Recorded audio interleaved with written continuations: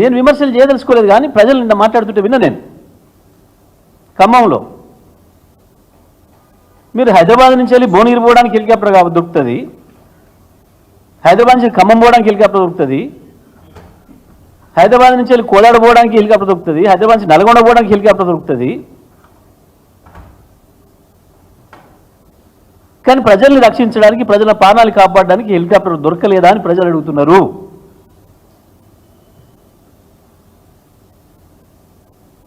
వాస్తవానికి మిలిటరీ హెలికాప్టర్లు ఎటువంటి ప్రతికూల పరిస్థితులు కూడా పోతాయి.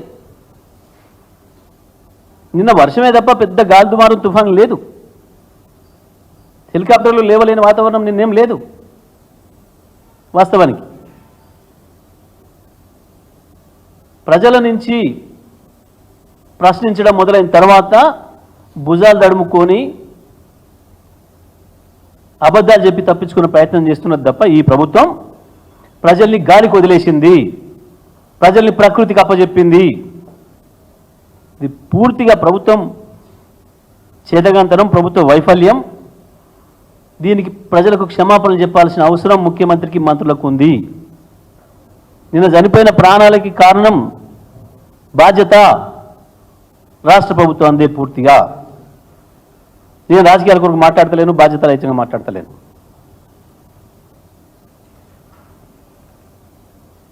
తొమ్మిది గంటల సమయం సరిపోలేదనంటే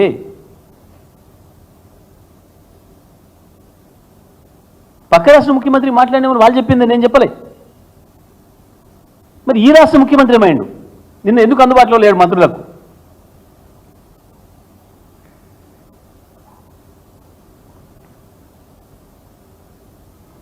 మేము కాని డిమాండ్లు ఏం చేస్తలేం. ఈ ముఖ్యమంత్రి గారు ఆనాడు కాంగ్రెస్ పార్టీ అధ్యక్షుడిగా ఏదైతే డిమాండ్ చేసిండో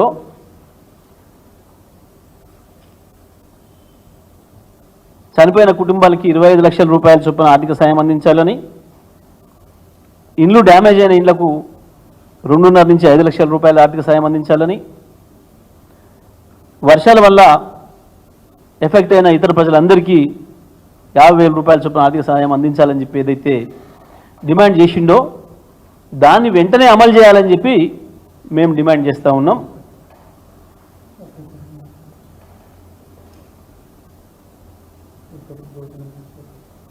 వాస్తవానికి ఎప్పుడైనా విపత్తులు రావడాన్ని రాజకీయాలు చేయడం అనేది సరైనది కాదు, అది మాకు కూడా తెలుసు. మేము అందుకనే అట్లా మాట్లాడలేదు. నిన్న ఉదయం కూడా మేము అక్కడ దేవరకొండలో హాస్టల్ పిల్లలకి ఎలకలు కరిచినప్పుడు దాన్ని సందర్శిస్తామని వెళ్ళే సందర్భంలో మేము బయలుదేరిన తర్వాత కూడా ఆలోచన చేసి మనం మేము రాజకీయాలు మాట్లాడే అవసరం లేదు, విమర్శలు చేసే అవసరం లేదు, వరదలకు సంబంధించి ఏం చెయ్యాలనే విషయాన్ని నిన్న మా మాజీ మంత్రి హరీష్ రావు గారు స్పష్టంగా చెప్పిండు ప్రభుత్వానికి. ప్రభుత్వం అప్రమత్తంగా ఉండాలి, అధికారులందరినీ కూడా బాధ్యతల్లో పెట్టాలి, విధుల్లో పెట్టాలి. ముఖ్యమంత్రి గారు మంత్రులందరూ కూడా ఎప్పటికప్పుడు అందుబాటులో ఉండి ప్రజలకి వస్తున్న విపత్తును ఎదుర్కోవాలి, ధైర్యం ఇవ్వాలి, ఎంత వీలైతే అంత నష్ట నివారణ చర్యలు తీసుకోవాలి అనే విషయాన్ని నిన్న ఉదయం చెప్పినాం. స్వయంగా ఇది ఒక్కటే మాట్లాడొచ్చినాం మేము దేవరకొండలో. కానీ మరి చెప్పిన తర్వాత కూడా సోయి లెక్కుంటున్నారు. అందుకే ఇప్పటికైనా మేము ప్రభుత్వానికి విజ్ఞప్తి చేస్తూ ఉన్నాం, ప్రతి క్షణం అలర్ట్గా ఉండండి, అప్రమత్తంగా ఉండండి, ప్రజల మధ్యలో ఉండండి, కింది స్థాయి అధికారులకు అందుబాటులో ఉండండి, ఎప్పటికప్పుడు ఏం చర్యలు తీసుకోవాలనే దానికి కలెక్టర్ల దగ్గర కనీసం డబ్బులు పెట్టండి. ఆనాడు కేసీఆర్ గారు ఉండగా ముఖ్యమంత్రిగా ఇటువంటి సమస్య వస్తుంది అని అంటే ఒక్క నిమిషం కూడా మమ్మల్ని నిద్రపోనీయలేదు. ప్రతి క్షణం ఎక్కడున్నావు ప్రతి మంత్రిని, కలెక్టర్లు ఏం చేస్తూ ఉన్నారు, ఎక్కడ వరద ఎక్కువ వచ్చే అవకాశం ఉంది, మీరు పోయి ప్రజల మధ్యలో ఉండండి అని చెప్పాను. ప్రతి కలెక్టర్కి 1 కోటి రూపాయలు అందుబాటులోకి పంపారు. వెంటనే మీరు అక్కడ అవసరమైతే తాత్కాలికంగా మన నిర్ణయాలు తీసుకొని వెంటనే చేయండి, ప్రివెంటివ్ మెజర్స్ తీసుకోండి, ప్రజలకు ఇబ్బందులు కాకుండా చూడండి అని చెప్పి. కానీ ఇవి ఏవి కనపడలే, ఒకటంటే ఒకటి కనపడలేదు దీంట్లో. తప్పకుండా నిన్న జరిగిన సంఘటనలన్నిటికీ కూడా పూర్తిగా రాష్ట్ర ప్రభుత్వమే బాధ్యత వహించాలి, ముఖ్యమంత్రి మంత్రివర్గమే బాధ్యత వహించాలి. జరిగిన దానికి రాష్ట్ర ప్రజలకు క్షమాపణ చెప్పాలి, ఆ చనిపోయిన వారి కుటుంబాలకు క్షమాపణలు అడగాలి వీళ్ళు. ఆ కుటుంబాలను ఆదుకోవడానికి రేవంత్ రెడ్డి గారు గతంలో ఏదైతే డిమాండ్ చేసిండో వాటినే ఇవాళ అమలు చేయాలి. మళ్ళీ వారు ఆనాడు చేసింది ఏ పద్ధతుల్లో అయితే 25 లక్షల రూపాయలు చనిపోయిన ప్రతి కుటుంబానికి ఇవ్వాలని, 2.5 లక్షల నుంచి 5 లక్షలు డ్యామేజ్ అయిన ఇండ్లకి ఇవ్వాలని, 50,000 రూపాయలు ఎఫెక్ట్ అయిన ప్రతి మనిషికి ఇవ్వాలని చెప్పి వారు చేసిన డిమాండ్నే ఇవాళ అమలు చేయమని చెప్పి మేం డిమాండ్ చేస్తూ ఉన్నాం. ఇక నుంచి అయినా మన తప్పిదాల వల్ల ప్రజల ప్రాణాలకు ప్రజల ఆస్తులకు నష్టం కాకుండా చూడాల్సిన బాధ్యత ఈ ప్రభుత్వం పైన ఉందనే విషయాన్ని గుర్తు చేస్తూ తెలంగాణ ప్రజల తరఫున మీరు తప్పకుండా క్షమాపణలు చెప్పి తీరాలి, నిన్న జరిగిన సంఘటనలకు మీరు బాధ్యులైన కాబట్టి అని చెప్పి మరొకసారి డిమాండ్ చేస్తా ఉన్నాం.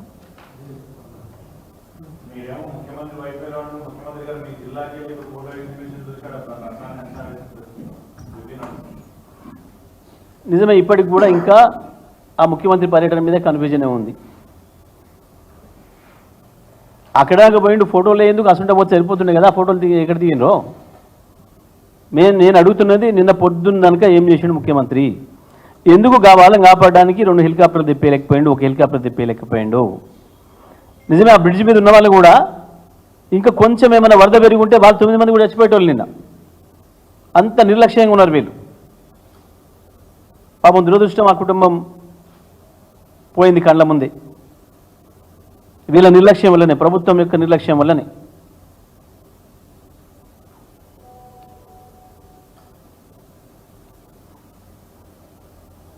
నిజమే, పరిపాలన రాకపోతే అడిగి తెలుసుకోవాలి. వరదలకు మాది బాధ్యత కాదనుకున్నాడు ఆయన. వానబడితే నేనేం చేస్తా అనుకున్నట్టు ముఖ్యమంత్రి మంత్రులు. వానబడితే మాకేం సంబంధం, వరద వస్తే మాకేం సంబంధం అన్నట్టుగా ఉంది నిన్న సాయంత్రం వరకు, నిన్న రాత్రి వరకు కూడా వీళ్ళ ప్రవర్తన. ప్రజల నుంచి సోషల్ మీడియాలో డిమాండ్స్ వచ్చేంత వరకు ఇది మాది కాదనుకున్నారు. నేను మిగతా రాజకీయ విమర్శలు పోలే, వాటి గురించి మాట్లాడట్లేదు. ఈ విషయంలో ప్రభుత్వం వైఫల్యాన్ని మాత్రమే నేను ఎత్తి చూపదలుచుకున్నా, వారికి ప్రభుత్వానికి బాధ్యత గుర్తు చేయదలుచుకున్నా. ఇక్కడి నుంచైనా ఇటువంటి ప్రాణ నష్టం జరగకుండా, ఆస్తి నష్టం కాకుండా చూసుకోవాల్సిన బాధ్యత ప్రభుత్వం పైన ఉంది. ఇది పూర్తిగా ప్రభుత్వందే వైఫల్యం. మళ్ళీ కూడా ఉందని చెప్తున్నారు, మళ్ళీ 5వ తారీఖు ఉందని చెప్తున్నారు. ఇప్పటికైనా సోయి తెచ్చుకొని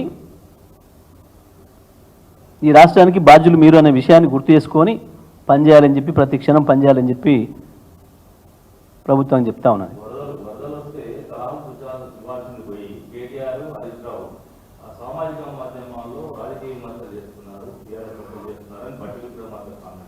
నిన్న ఉదయం మేము మాట్లాడినాం, హరీష్ రావు గారు మాట్లాడినారు, మీరు చూసినారు. ఒక అక్షరం ఏమన్నా విమర్శ చేసిండ్రా? ఎంత స్పష్టంగా చెప్పినాం, ప్రభుత్వం యొక్క బాధ్యత ఏంది అనే విషయాన్ని. ఈ ముఖ్యమంత్రికి తెలియదు, ఈ మంత్రులకు తెలియదనే చెప్పినాం మేము. వాస్తవానికి అది కూడా చెప్తున్నాం. కనీసం మనం చెప్పడం వల్లనైనా నిద్ర లేస్తారు, మేల్కుంటారు. ఒక విమర్శ మీకు ఏమైనా కనిపించిందా? ఒక అక్షరం నిన్న ఉదయం హరీష్ రావు గారు మాట్లాడిన దాంట్లో ఎప్పుడు ప్రజల నుంచి వెళ్ళి ఆ రకమైన ప్రశ్నలు మొదలైన తర్వాత కదా, పిల్లల నుంచి పెద్దల వరకు అందరూ మాట్లాడినాక కదా,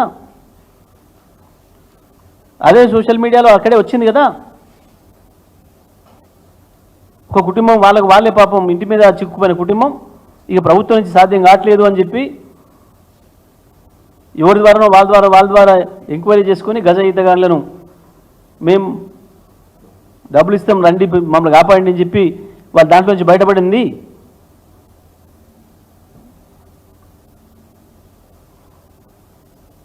ఇందులో రాజకీయ విమర్శలు ఏమైనా? ఇప్పుడు కూడా నేనేం రాజకీయ విమర్శ చేయలే. నిన్న ఉదయం నుంచి సాయంత్రం వరకు జరిగిన విషయాన్ని మాత్రమే ఈ ప్రభుత్వం యొక్క పని విధానం మాత్రమే చెప్పిన నేను ఇప్పుడు.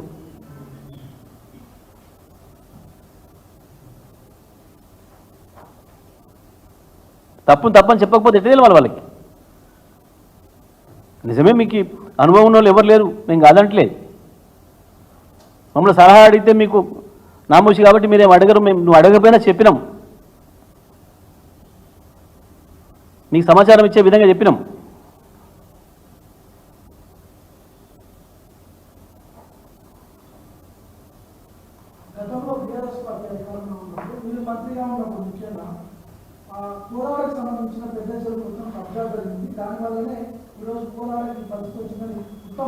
నేను ఇప్పుడు రాజకీయాలు వద్దని అన్నా కాబట్టి ఆగుతున్నా, కానీ రేపు ఎల్లుండి మాట్లాడదాం. ఉత్తమ్ ఉన్నప్పుడు ఏం జరిగినా ఒక్క పని చేద్దాం సోదరా. గూగుల్ మ్యాప్ ఉంటుంది కదా ప్రతి సంవత్సరంది, 2014 ముందు గూగుల్ మ్యాప్ తీద్దాం, ఇప్పుడు కూడా గూగుల్ మ్యాప్ తీద్దాం. ఉత్తమ్ కాలంలో జరిగినాయా కబ్జాలు, చెరువులు తోడకాలు ఇప్పుడు జరిగినాయా, అన్ని దుర్మార్గాలు తీయడానికి మేము సిద్ధంగా ఉన్నాం. ఈ రాష్ట్రంలో అది హైదరాబాద్ కావచ్చు, అది కోదాడ కావచ్చు, అది ఇంకోటి కావచ్చు, ఎక్కడైనా సరే ఎవరి కాలంలో కబ్జాలు జరిగినాయి, ఎవరి కాలంలో నాలాలు ఆక్రమించారు, ఎవరి కాలంలో మొత్తం నదుల్ని ఆక్రమించిండ్రు, ఎవరి కాలంలో చెరువుల్ని మాయం చేసిండ్రు, వాటిపైన చర్చ వేరే పెడదాం. దానికి మేము సిద్ధంగా ఉన్నాం. ఎందుకంటే ఈయన అబద్ధం చెప్పినా నేను అబద్ధం చెప్పినా గూగుల్ అబద్ధం చెప్పదు కదా. తీద్దాం, ప్రతి సంవత్సరం తీసుకుంటూ పోదాం.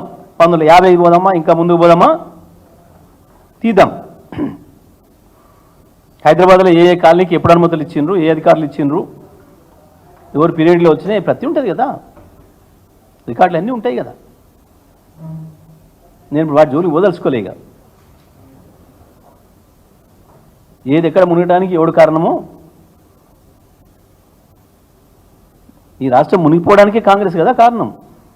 ఉన్న తెలంగాణ తీసుకుపోయి ఆంధ్రలో పెట్టినందుకు కదా మునిగిపోయింది, ఆనాడే కదా మునిగిపోయింది ఈ రాష్ట్రం. ఆ నుంచే మొదలైంది కదా దరిద్రం అంతా. అద్భుతంగా ఉన్న హైదరాబాద్ నగరాన్ని నాశనం చేసింది వీళ్ళు వచ్చినాకనే కదా, వాళ్ళ రాకతోనే కదా ఈ చెత్త అంతా చేరింది.